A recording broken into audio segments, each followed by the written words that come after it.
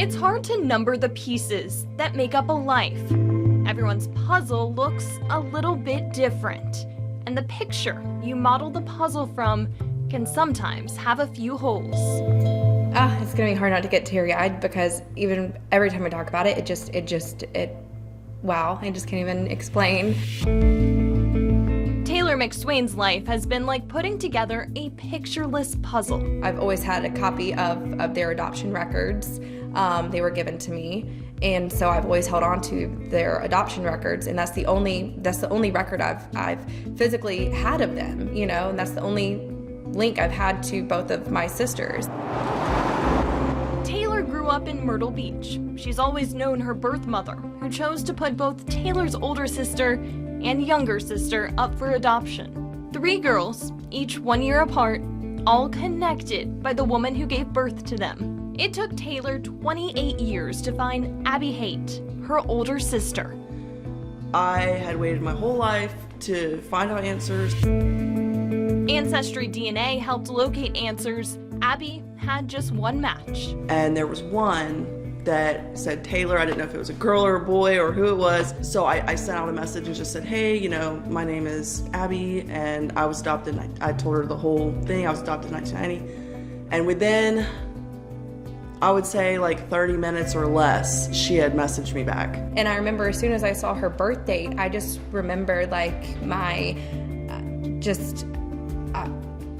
my jaw just hitting the floor, and I'm just hysterical, and you know, I just couldn't believe it. I've waited my entire life to find my sister, and here she is. She just messaged me.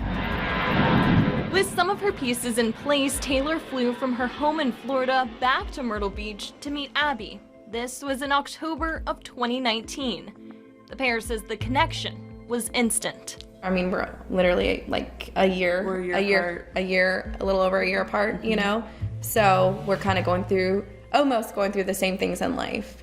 While Abby and Taylor had very different upbringings, they each walked through life with similar questions about adoption, like pieces that don't exactly fit, but make you look twice. Like I knew it and I said it and I was like, okay, la la la. It didn't really register until I was probably a teenager is when I started thinking about it. I've always wondered my entire life, like I've thought about her. Like I've always known her birth date. I hope, you know, every year on her birthday, I always thought about her. But meeting each other didn't complete the sisters' now shared puzzle.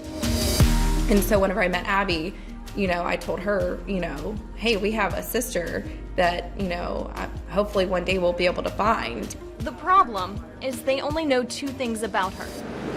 They know she was born at Grand Strand Medical Center, and they know her birth date. September 26, 1992. Finding Abby gave Taylor hope that one day she would have relationships with both her older and younger sisters. A new South Carolina law serves as another piece of hope.